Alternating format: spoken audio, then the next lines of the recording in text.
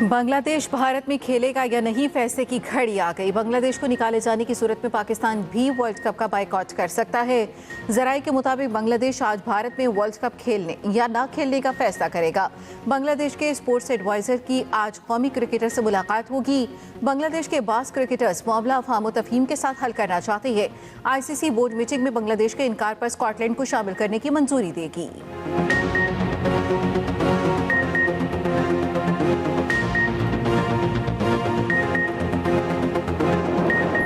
हमारे पास जो अपने अमलदार काम कर रहे हैं 1112 के KMC के और जो बाकी हमारे टेक्निकल स्टाफ है, उन्होंने कहा है उनकी वो डील करते रहते हैं सलाह के। उन्होंने कहा कि अंदाज़न ये 20 से 25 हो सकते हैं। मैंने इसीलिए 20 से 25 का कि हतमी फिगर जो है हमें मेडिकल लीगल अभी तक 11 लोग आइडेंटिफाइड हैं। कुछ लोगों के सैंपल ले लिए गए हैं, वो भी जल्द आइडेंटिफिकेशन आ जाएगी। कराची के गुल प्लाजा में सर्च ऑपरेशन 5वें रोज भी जारी। DC साउथ कहते हैं साने में 55 से 60 अफराद जाँ बहक हुए, 14 अफराद की शिनाख्त हो चुकी, 86 अफराद लापता हुए, 48 अफराद का पोस्टमार्टम हो चुका।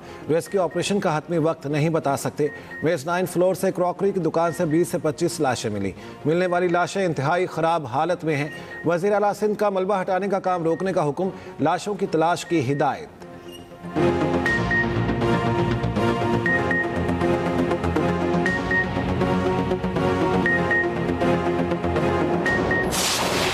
तरीकेकार इसका यह है कि इस कराची को फेडरल टेरिटरी का हिस्सा बना दिया जाए। ये सूबे की एडमिनिस्ट्रेशन इस काबिल नहीं है कि इतना पोटेंशियल वाला 70% कमा कर देने वाला शहर इस जैसी एडमिनिस्ट्रेशन के हाथों में दिया जाए, जो कि इसके जरिए पूरे पाकिस्तान को तबाह बर्बाद कर रहे हैं। MQM ने कराची को वफाक का हिस्सा बनाने का मुतालबा कर दिया। रहनुमा MQM मुस्तफ़ा कमाल कहते हैं कराची अब ऐसी एडमिनिस्ट्रेशन के हवाले रहने का मुतहम्मिल नहीं। कराची को फेडरल टेरिटरी का हिस्सा बनाया जाए। कराची को मुआशी दारुल खिलाफा बनाने का भी मुतालबा। कहते हैं 18वीं तरमीम के जरिए हमारी नस्ल खुशी हो रही है। कितने और लोग जलकर और गटर में गिरकर मरें, हम कितना और खून दें और कितनी लाशें उठाएं। जमहूरियत के नाम पर दहशतगर्दी बंद करें। हम तो रियासत की तरफ देख रहे हैं, रियासत ने हमें किन लोगों के हवाले कर दिया। 18वीं तरमीम का ड्रामा खत्म होना चाहिए। पीपल्स पार्टी को खुली छूट दी गई।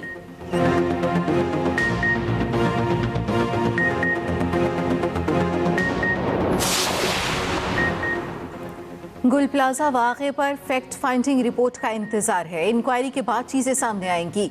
सीनियर वज़ीर सिंध शर्जील बेमन का कहना है वफाकी हुकूमत के पास खास टेक्नोलॉजी थी तो खुद ऑफर कर सकते थे। किसी को मना नहीं किया था कि कोई और नहीं आ सकता, सब काम हमने करने हैं। इस मौके पर इस तरह की बातें करना गैर संजीदगी की मिसाल है।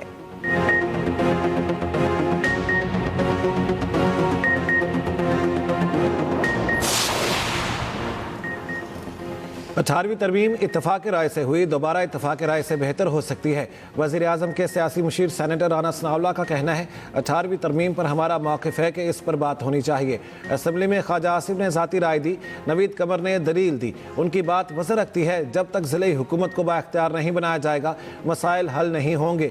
गुल प्लाजा की इजाफी मंजिलों की मंजूरी किसने दी और कब बनी, पूरा एहतसाब होना चाहिए।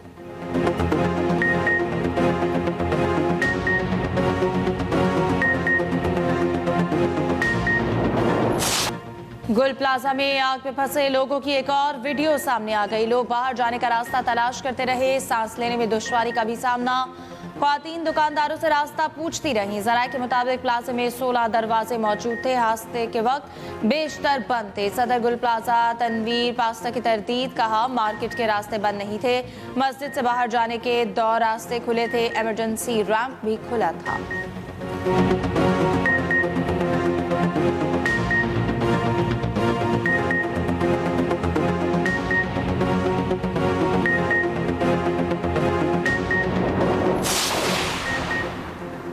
पाकिस्तान समेत 8 इस्लामी ममालिक गजा अमन बोर्ड का हिस्सा। सऊदी अरब, तुर्की, UAE, इंडोनेशिया, मिस्र, कतर और उर्दन शामिल। मुश्तरका बयान में कहा गया गजा में ऐसा देरपा अमन कायम किया जाएगा जिसकी बुनियाद फ़लस्तीनियों के हक़ खुदरातियत पर होगी। फ़लस्तीन को रियासती हैसियत दी जाएगी। हर मुल्क अमन बोर्ड की दस्तावेज पर अपने अपने कानूनी तरीक़ेकार के मुताबिक दस्तखत करेगा। पाकिस्तान का भी गजा में क़याम अमन के लिए बोर्ड ऑफ पीस में शमूलियत का ऐलान। अमरीकी सदर डोनाल्ड ट्रंप की दावत कबूल कर ली। तर्जुमान दफ्तर खारजा का कहना है उम्मीद है फ्रेमवर्क के क़याम से मुस्तकिल जंगबंदी का निफाज मुमकिन होगा।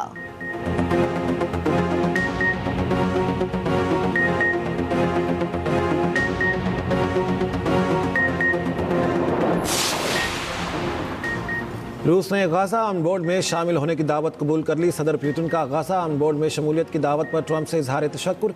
कहा, ट्रंप के बोर्ड ऑफ पीस के लिए $1 अरब देने को तैयार हैं। हमने आलमी अमन की हर कोशिश में ताउन किया है। मौजूदा अमरीकी इंतजामिया यूक्रेन बहरान हल करने की भी कोशिश कर रही है।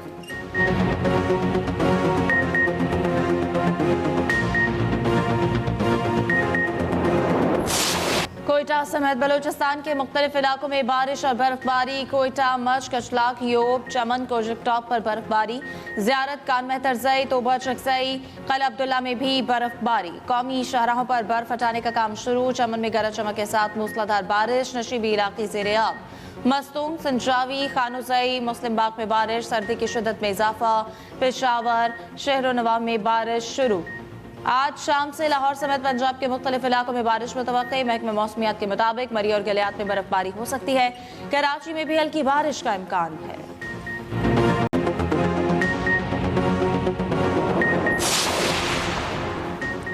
मैदानी इलाके आज भी शदीद धुंध की लपेट में। मोटरवेज मुख्तलिफ मकामात पर ट्रैफिक के लिए बंद रखी गई। दूसरी जानिब भारतीय पंजाब की आलूदगी लाहौर और वस्ती पंजाब को मुतासर करने लगी। अमृतसर, जालंधर और लुधियाना से आलूदा हवाएं लाहौर में दाखिल। AQI में इजाफा। कुछ देर पहले पार्टिकुलेट मैटर्स की तादाद 368 रिकॉर्ड। स्मॉग कंट्रोल रूम 24 घंटे फाल। ड्रोन और CCTV से कड़ी निगरानी जारी। सीनियर वजीर मरियम औरंगजेब कहती हैं, शहरी सुबह रात के औकात में आउटडोर सरगर्मियां महदूद रखें।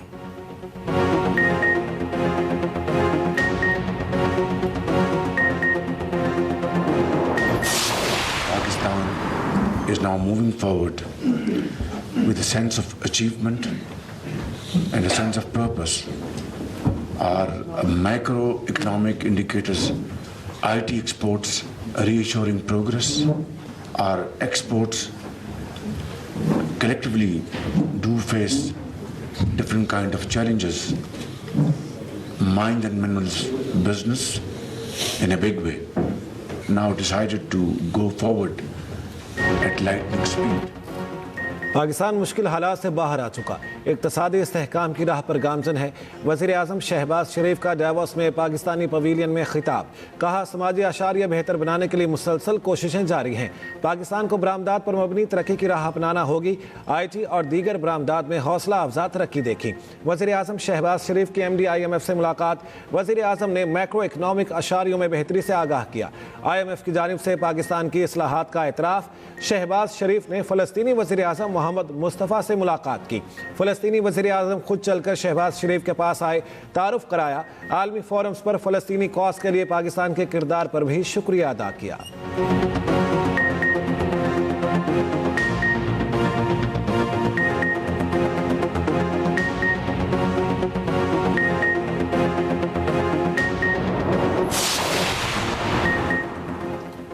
वफाकी वज़ीर मुसद्दिक मलिक का कहना है कि भारत कहता है हम सिंतास मुआहदे को नहीं मानते, पानी रोक लेंगे। भारत को सोचना चाहिए, इनका पानी भी तो दूसरे मुल्क से आ रहा है। कोई उसको रोकने का कहेगा तो हम इसको जंग समझेंगे। भारत पहले भी पाकिस्तान से छेड़खानी करके इसका खमियाजा भुगत चुका है।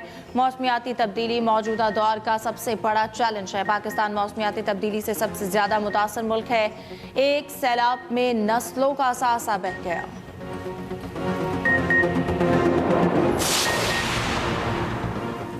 पंजाब में पाकिस्तान के पहले ग्रीन पोलिसिंग यूनिट का इफ्तिताह। वज़ीर आला मरियम नवाज ने इलेक्ट्रिक पेट्रोलिंग गाड़ी का मुआयना किया, खुद ड्राइव भी की। माहौल दोस्त इलेक्ट्रिक गाड़ी की रेंज 410 किलोमीटर फी चार्ज है। गाड़ी 30 से 80% तक तकरीबन 30 मिनट में चार्ज हो जाती है।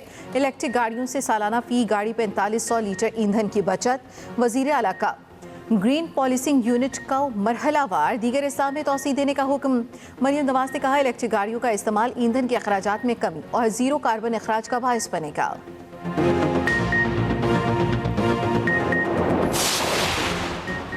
सदर मुमलिकत ने हाई कोर्ट के एडिशनल जजेस की तैनाती की तौसीक कर दी। मुद्दत में तोसी की मंजूरी। सिंध हाई कोर्ट के 10, लाहौर हाई कोर्ट के 11, पेशावर हाई कोर्ट के 6 एडिशनल जजेस मुस्तकिल। सिंध हाई कोर्ट के 2, लाहौर के 1 और पेशावर के 4 एडिशनल जजेस की मुद्दत में 6 माह की तोसी।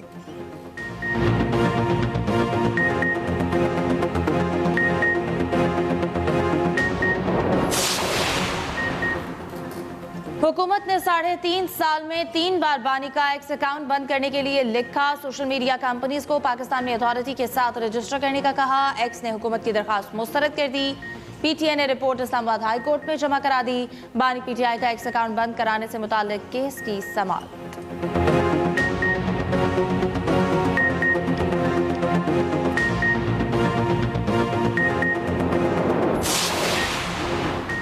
पार्लियामेंट का मुश्तरका इजलास कल तलब। सदर मुमलिकत ने मुश्तरका इजलास सुबह 11 बजे तलब कर लिया।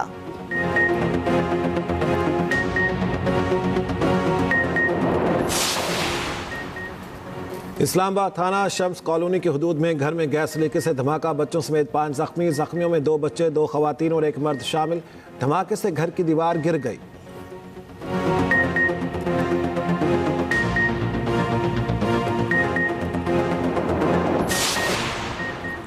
सरगोदा में तेज रफ्तार ट्रक बेकाबू होकर उलट गया। 4 अफराद जाम बहक 8 जख्मी हो गए।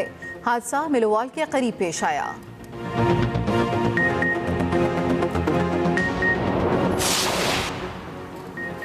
ग्रीनलैंड मामले पर ट्रंप का यू टर्न। यूरोप पर टैरिफ आयद करने की धमकी वापस ले ली। 1 फरवरी से लगने वाले टैरिफ मनसूख। सोशल मीडिया पर बयान में सदर ट्रंप ने कहा, नेटो से ग्रीनलैंड के मुस्तकबिल पर इत्तफाक हो गया। ग्रीनलैंड से मुतालिक मुआहदे का फ्रेमवर्क तैयार कर लिया। मुआहदे पर अमल होता है तो ये अमरीका और नेटो ममालिक के लिए बहुत अच्छा होगा। डेवोस में इंटरव्यू में ट्रंप ने कहा, उम्मीद है ईरान के खिलाफ मजीद कार्रवाई नहीं होगी। ईरान ने जौहरी प्रोग्राम बहाल किया तो कार्रवाई करेंगे। डेवोस में वर्ल्ड इकोनॉमिक फोरम से खिताब में ट्रंप ने कहा, लीज पर नहीं मालिकाना हुकूक पर ग्रीनलैंड चाहिए। ग्रीनलैंड हमें दे दिया तो खुशी होगी, ना दिया तो याद रखेंगे। नेटो के पास 2 ही ऑप्शन है, हाँ या ना।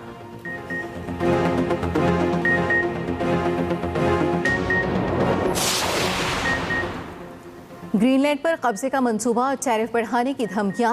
यूरोपीय यूनियन ने अमेरिका के साथ तिजारती मुआहिदा मुअत्तल कर दिया। चेयरमैन तिजारती कमेटी का कहना है, अमेरिकी धमकियों से यूरोपीय यूनियन की खुद मुख्तारी और सालमियत दांव पर लग चुकी। अमेरिका के साथ मामूल के ताल्लुकात मुमकिन नहीं रहे।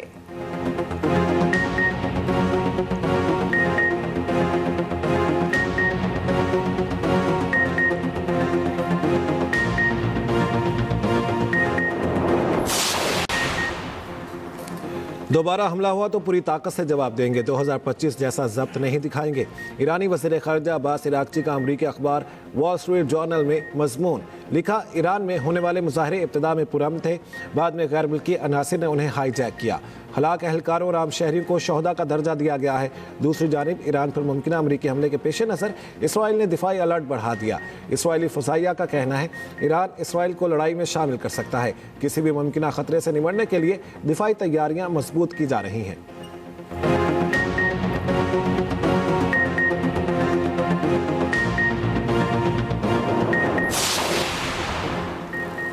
बरतानिया चीन बिजनेस डायलॉग की बहाली का इम्कान। बरतानवी वज़ीर आज़म आइंदा हफ्ते चीन जाएंगे। सर कीर स्टारमर की अहम कारोबारी शख्सियात से मुलाकातें मुतवक्की।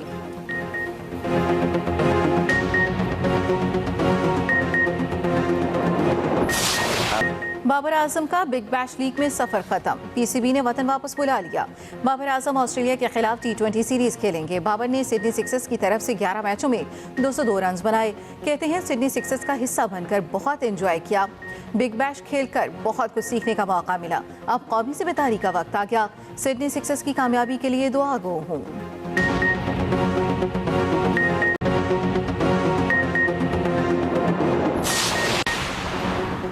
अंडर 19 वर्ल्ड कप में आज पाकिस्तान और जिम्बाब्वे मध्य मुकाबिल होंगे। मैच पाकिस्तानी वक्त के मुताबिक 12:30 बजे शुरू होगा। इवेंट में पाकिस्तान ने स्कॉटलैंड को शिकस्त दी, इंग्लैंड से हार गया। आयरलैंड का जापान और वेस्ट इंडीज का जनूबी अफ्रीका से मुकाबला होगा।